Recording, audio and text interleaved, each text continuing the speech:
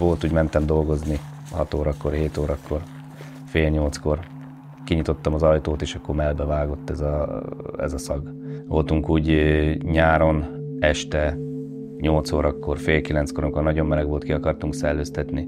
Ugye nekem is ott van a 3 pici gyerek, nem tudtuk kinyitni az ablakokat, a ruhákat nem tudtuk kitenni a szárítóra száradni.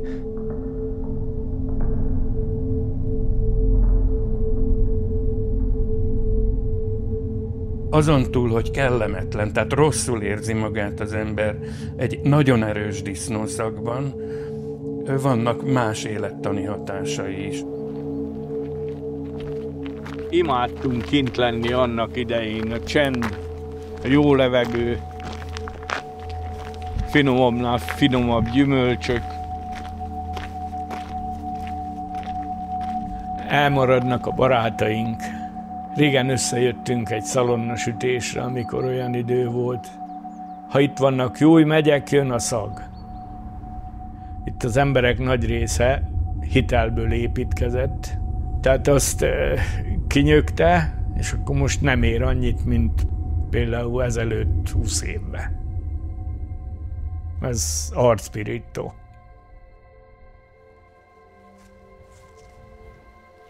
Kertészkedés az egy élvezet, az egy kellemes időtöltés kell legyen. De hát, hogyha én nekem a bűzt kell szagolni, olyankor jobb bejönni aztán, vagy elmenni hazulról. Ez a 2 megoldás van.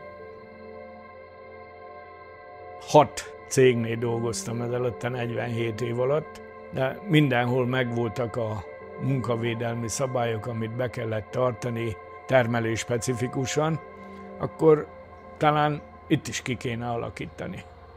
Mert szerintem nincsenek, vagy ha vannak, akkor ezek a kiskirályok fölrúgják és csinálnak, amit akarnak. És az emberek megszenvednek emiatt.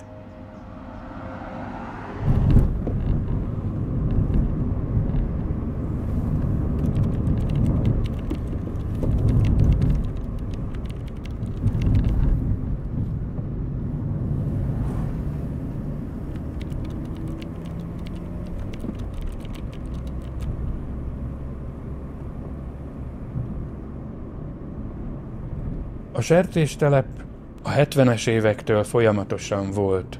Aztán felszámolták, de megmaradtak az épületei.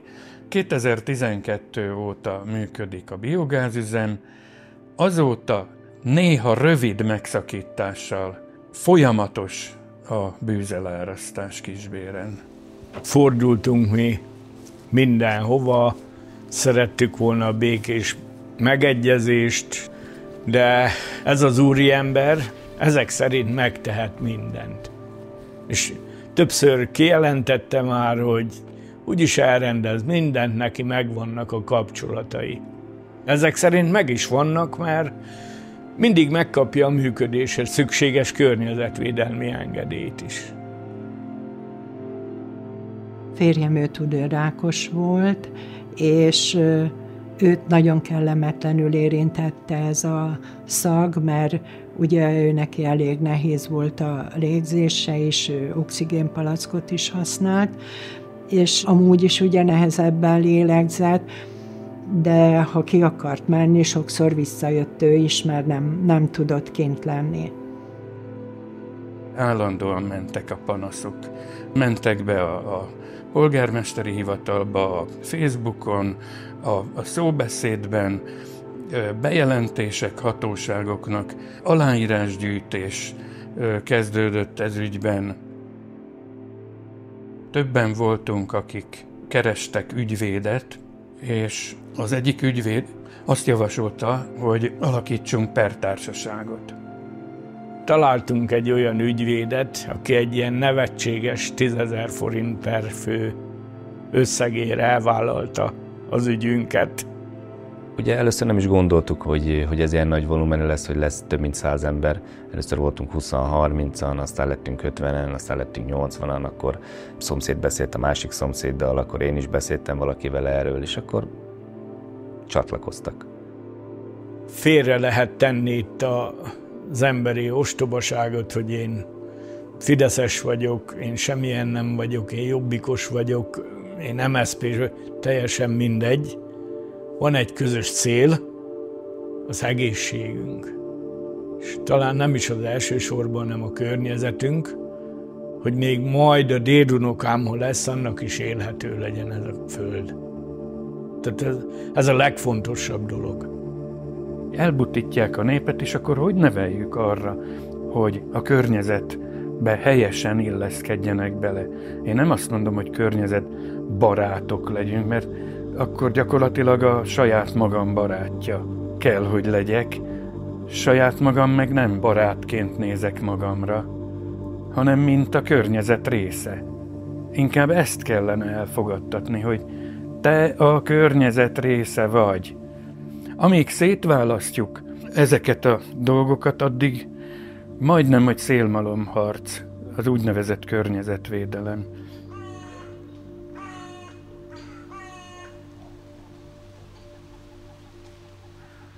Na jó van, akkor mi elindulunk. Hát sok sikert, én itthonról szurkolok. Jó, szurkoljál.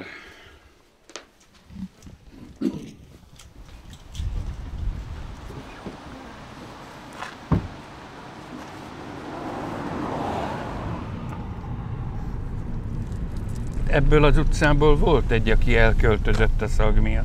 Igen, itt lakott, ebben a házban lakott a Terike. Igen, Puskás Teri. Puskás Terike, mert mindig sírógörcsöt kapott, amikor jött a szag. A tehetetlenség miatt.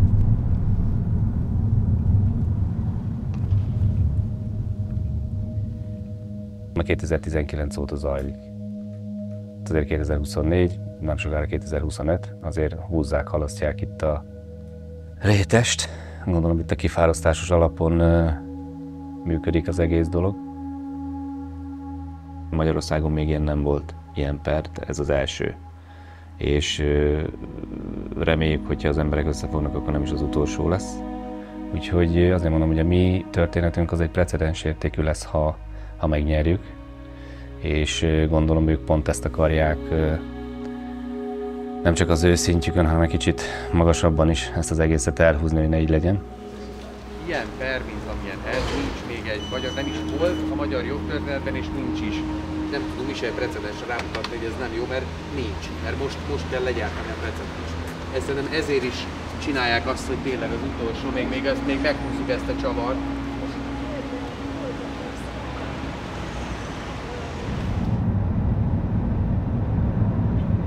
Mi otthon a családban, már a párommal sokszor már veszekedtünk ez miatt. Ez miatt, hogy állandóan mondta, jó van már, hagyd már, abba nem mond. Hát mondom, de nem bírom megállni, hogy nem mondjam, hát te vagy itt, neked mondom. Kicsit kiadom magamból, talán jobb a lelkemnek. Hihetetlen.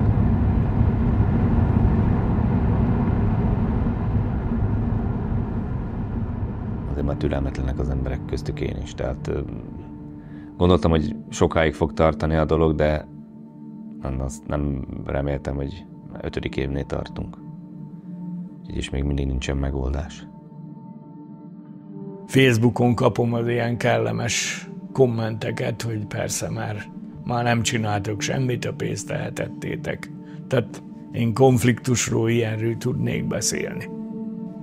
Hallottam olyant is, hogy aki mert csak nektek mindig kötekedni kell, vagy valami ilyesmi.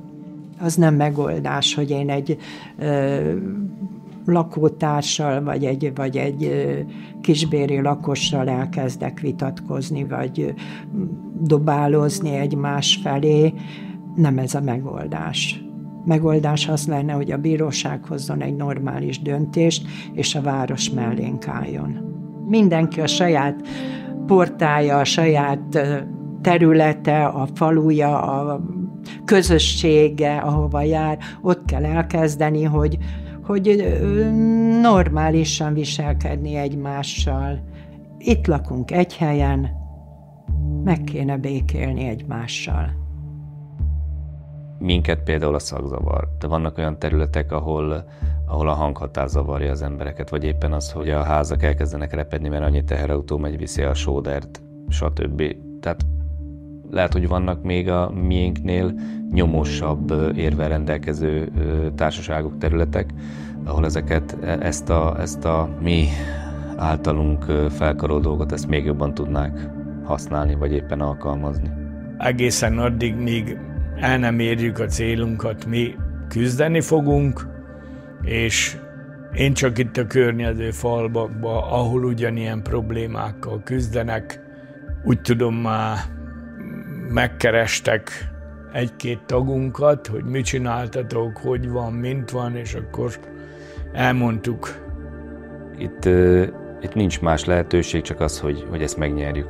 Tehát nem lehet úgy nekiállni akármilyen dolognak, hogy én vesztek, nem. Ezt megnyerjük. Ezzel lehetne mutatni olyan dolgot az embereknek, hogy nem tetszik valami, akkor álljatok össze, fogjatok össze, mondjátok meg, tegyetek érte.